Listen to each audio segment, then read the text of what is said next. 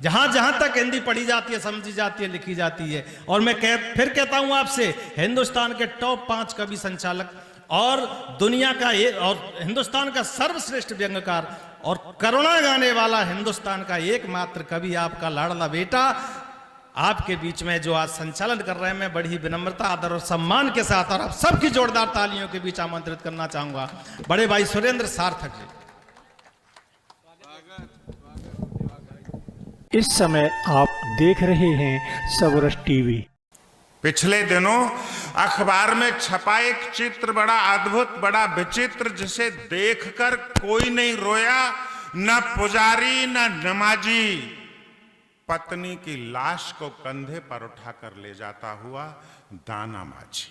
क्या बात है, क्या बात है। वो दाना माझी कोई हो सकता है, समय की बात है। दाना माझी केवल एक नाम है, वो दाना माझी राजस्थान में भी हो सकता है। और आप उस दृश्य की कल्पना करें, जिन लोगों ने वो दृश्य देखा है, उसकी एक 14 साल की बेटी है, वो उसके साथ रोती हुई जा रही है। वो आदमी थक जाता है, पत्नी की लाश को नीचे रख लेता है, फिर ताकत आ जाती है, फिर उठा के चल देता है। मेरी शिकायत उस दाना माझी से बिल्कुल नहीं है कि वो 10 किलोमीटर तक अपनी पत्नी की लाश को क्यों लेकर आया। मेरी शिकायत उस अस्पताल से भी नहीं है कि उन्होंने एम्बुलेंस क्यों नहीं दी, क्योंकि अस्पताल सेवा का केंद्र नहीं होता। सर, मेरी शिकायत उन लाखों लोगों से है जो उसका वीडियो बना रहे थे। आप कल्पना करें, उन लाखों लोगों में एक भी आदमी ऐसा नहीं होगा जिसके पास अपनी गाड़ी नहीं होगी। एक भी आदमी उस गरीब आदमी को ये नहीं कह सका कि ला तेरी पत्नी की लाश को मेरी गाड़ी में रख, तेरे घर तक पहुंचा देता हूं। 1000-2000 किलोमीटर का सफर नहीं था मित्रों, मात्र 10 किलोमीटर का सफर था। पिछले दिनों अखबार में छपा एक चित्र बड़ा अद्भुत, बड़ा विचित्र, जिसे देखकर कोई नहीं रोया, ना पुजारी न नमाजी। पत्नी की लाश को कंधे पर उठाकर ले जाता हुआ दाना माझी, शायद दुनिया की सर्वाधिक किस्मत की हेटी, रोती बिलखती 14 वर्षीय बेटी।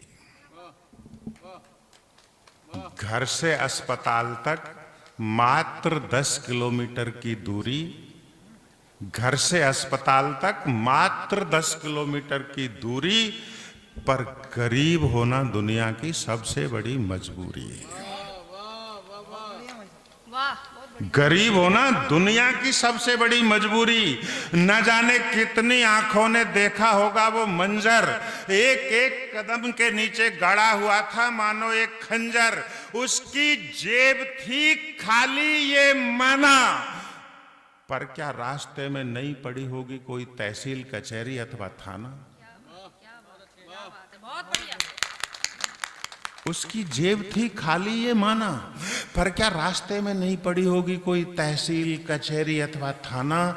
जिम्मेदार सरकारी अफसरों के बंगले जो जुटा देते हैं पल भर में ही हर तरह की गोटियां, और विकास का दावा करने वाले नेताओं की कोठियां, शायद वो उन सब के आगे होकर निकला होगा, और उसके बगल में हॉर्न बजाती हुई कारों ने उसको कितना छला होगा। शायद वो उन सबके आगे होकर निकला होगा, और उसके बगल में हॉर्न बजाती हुई कारों ने उसको कितना छला होगा। तमाशा देखने वालों की भीड़ ने अपने अपने मोबाइल निकाले और फोटो खींच डाला, क्योंकि उन्हें फेसबुक पर डालने के लिए मिल रहा था एक शानदार मसाला। अपने अपने एंगल सेट किए सरपंच साहब और फोटो खींच डाला, क्योंकि उन्हें फेसबुक पर डालने के लिए मिल रहा था एक शानदार मसाला। चुनाव नजदीक होते तो विपक्षी नेता तेरी पत्नी के शव को तुझे जलाने नहीं देते, और उसे सड़क पे पटक के 4-6 दिन तो विधानसभा चलाने नहीं देते। बता, इससे ज्यादा और हम तेरे लिए क्या करते? बता, इससे ज्यादा और तेरे लिए हम क्या करते? तू क्या चाहता था हम तेरे साथ शमशान तक चलते? बावले, तेरे जैसों के साथ शमशान में कौन जाता है? क्योंकि तू वोट के अलावा किसी के क्या काम आता है। तेरे जैसों के साथ शमशान में कौन जाता है, क्योंकि तू वोट के अलावा किसी के क्या काम आता है। फिर भी तुझे यूं अकेला चलता देख हर किसी ने अपने अपने तरीके से दया तो दिखाई, पर एक भी छाती ठोककर ये नहीं कह सका कि रुक मैं तेरे साथ चलता हूं भाई। हर किसी ने दया तो दिखाई, पर एक भी छाती ठोककर ये नहीं कह सका कि रुक मैं तेरे साथ चलता हूं भाई। और जो युवा पीढ़ी बैठी है, बच्चों अपने बुजुर्गों का एक शोध ले जाना। 4 पंक्तियां पढ़ता हूं कि मृत प्रियजन की लाश आदमी के कंधे पर दुनिया का सबसे बड़ा बोझा है। मृत प्रियजन की लाश आदमी के कंधे पर दुनिया का सबसे बड़ा बोझा है। इसीलिए तो हमारे बुजुर्गों ने इसका एक उपाय खोजा है।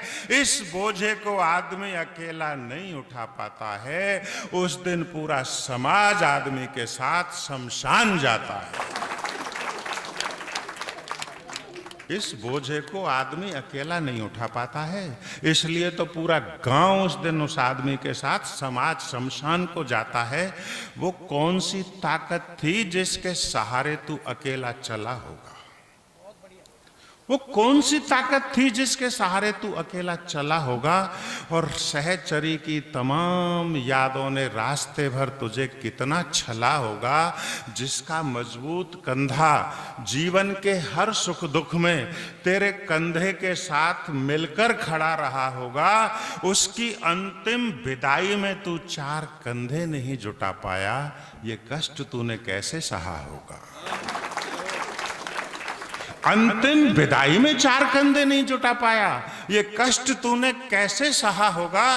दाना माझी तू लाख गरीब सही, पर अपने कर्तव्य पालन में जरा भी नहीं चूका है। और सच कहूं तो तूने हमारे जैसे सभ्य लोगों के मुंह पर बड़े सलीके से थूका है, बड़े सलीके से थूका है। कृपया सबरस टीवी यूट्यूब चैनल को सब्सक्राइब करें।